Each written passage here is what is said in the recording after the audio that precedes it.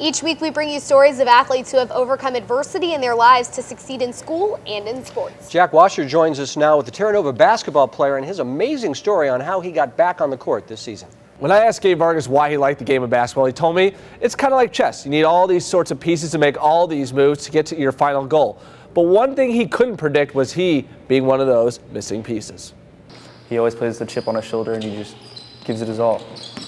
That's just one phrase describing Gabe Vargas, a 3-year varsity player on the Terra Nova Tigers.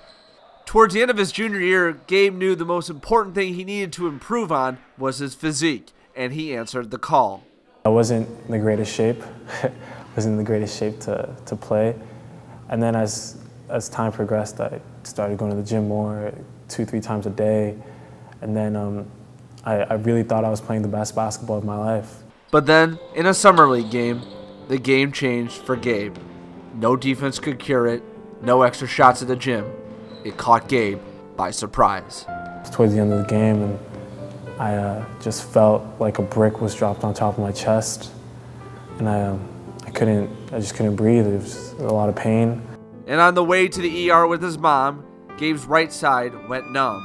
Then he felt what he described as a heart murmur, only it wasn't.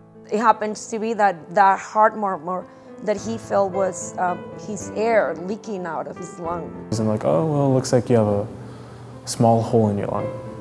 I was like, what? That's crazy. Pneumothorax, or a collapsed lung, the diagnosis turning Gabe Vargas' world upside down.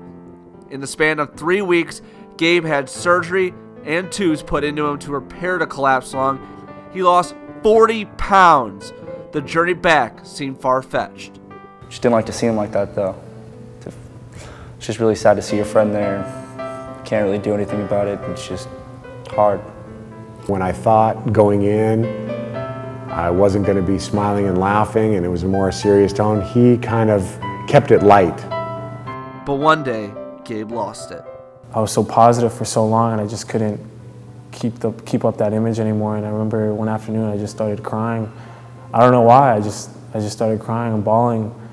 And it was, I don't know, it was just really hard, not only for me, but for my family as well. I think every mom that sees their child going through something like that, it hurts. I was very scared.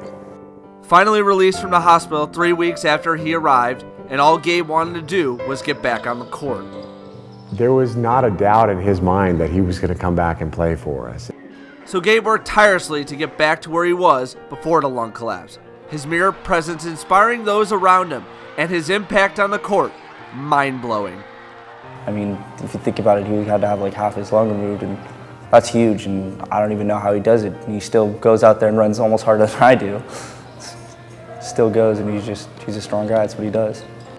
Each time onto the court, there still is some fear Gabe's lungs could collapse, but Gabe knows he can't think about it. Instead, finding his own way to change the game.